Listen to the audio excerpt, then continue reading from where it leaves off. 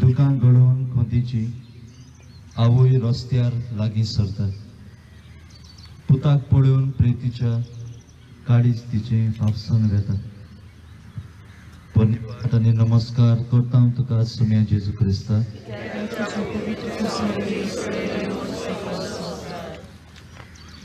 आवय, तुला नासलोय तेन्ना तुज्या हाताक धरून हांव तुका चलूंक शिकयताली. पडटालोय तेन्ना तुका उबारून हाता पांयांक मार लागला जाल्यार तोपासताली. मेळो जाल्यार पुसताली, फापुडटाली आनी वेंगेंत उबारून दवरताली.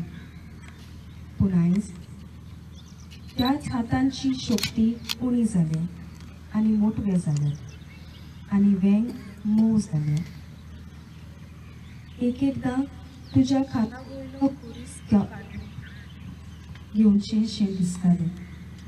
तुका घोट धरून रावचें शें दिसतालें.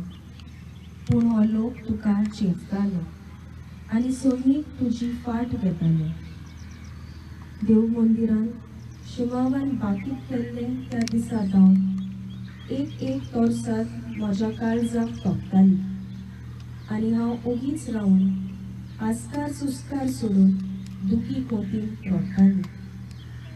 पूण तुवें म्हज्या दोळ्यांत दोळे घालून म्हाका धीर दिलो आनी हें सगळें घडोवंकूच जाय म्हूण तुवें म्हाका उगडास दिलो.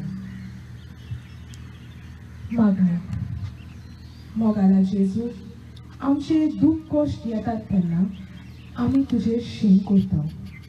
हांगा थंयसर वचून आमच्या प्रस्नांक रोखडोच जबाब सोदता. आमची सोंसणीकाय उणी जाल्या आनी आमचो भावार्थ हाल्ला. आमच्या कश्टा दुखींनी तुजे आवय भाशेन आमचें दूख क्रिस्ती नदरेन पळोवंक आनी सगळ्याक कारण आसा म्हूण ओळखून घेवंक आमकां आदार दी. काकूत आमची कोर सायबा, आसतना खुर्सार खान मारून डिवायन मस्ती ग्रुपाची बाळगली.